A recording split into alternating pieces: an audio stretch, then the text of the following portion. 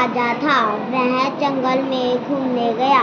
घूमते फिरते वह रास्ता भूल गया। वहाँ उसे एक गुफा दिखाई दी। गुफा के पास बरगद का एक पेड़ था, जिस पर एक तोता रहता था। राजा को देखकर वह चिल्लाने लगा, पकड़ो पकड़ो मत जाने दो, पकड़ो पकड़ो मत जाने दो। तोते की यह बात राजा को अच्छी नहीं लगी। राजा आगे बढ़ गया। तोता कुछ दूर तक राजा के पीछे पीछे उड़ता रहा। राजा एक